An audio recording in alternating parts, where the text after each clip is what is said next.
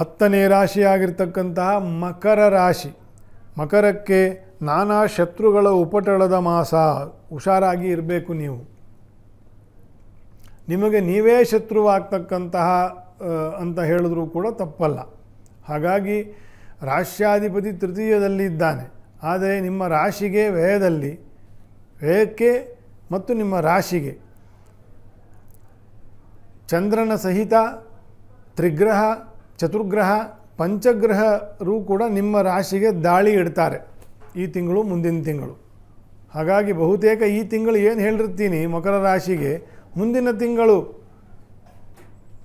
ಫೆಬ್ರವರಿಯ ಮಾಸ ಭವಿಷ್ಯ ಹೇಳಬೇಕಾದರೂ ಕೂಡ ಇದೇ ಅಂಶವನ್ನು ಹೇಳಬೇಕಾಗ್ತದೆ. ಯಾಕಂದರೆ 12ನೇ ಮನೆ ಮತ್ತು ನಿಮ್ಮ ಮನೆ ಎರಡಕ್ಕೂ ಬರ್ತಕ್ಕಂಥದ್ದು ಇನ್ನೆರಡು ತಿಂಗಳಾಗತ್ತೆ.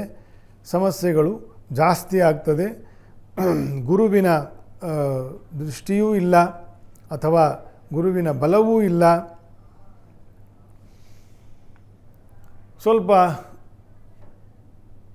ಚಿಂತೆ ಜಾಸ್ತಿ ಆಗ್ತದೆ, ಚಿಂತನೆ ಕಡಿಮೆ ಆಗ್ತದೆ. ಹಾಗಾಗಿ ಗುರುವು ಚಿಂತನೆಯನ್ನು ಕೊಡ್ತಕ್ಕಂಥವನು.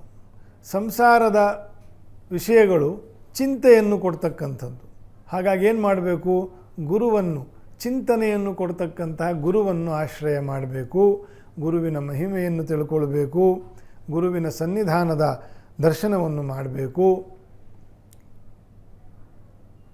ಈ ರೀತಿಯ ಒಂದು ಗುರು ಸೇವೆಯ ತಿಂಗಳಾಗಿ ಇದನ್ನು ಬದಲಾಯಿಸ್ಕೊಳ್ಳಿ ಮಕರ ರಾಶಿಯವರು.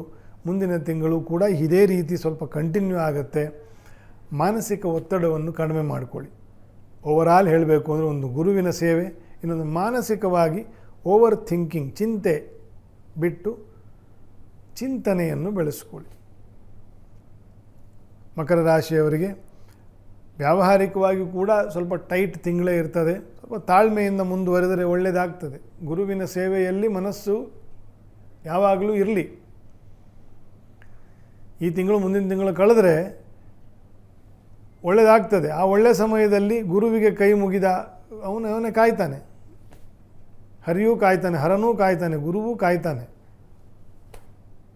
ನೀವು ಗುರು ಸಮ್ಮುಖ, ಗುರುವಿಗೆ ಸುಮುಖರಾಗಿ ನೀವು ಹೋದಲ್ಲಿ ಅದರ ಸತ್ಫಲವನ್ನು ಪಡಿತೀರಿ ಅಂತಂತ ಅರ್ಥ.